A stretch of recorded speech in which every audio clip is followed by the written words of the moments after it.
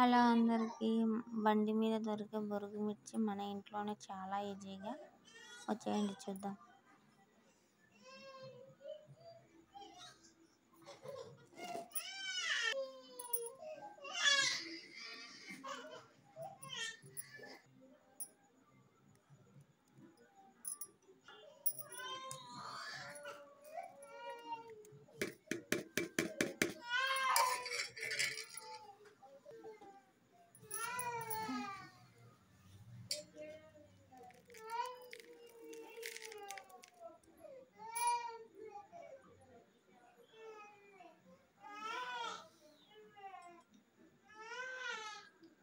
కొత్తిమీరతో గార్నిష్ చేసుకుంటే రెడీ.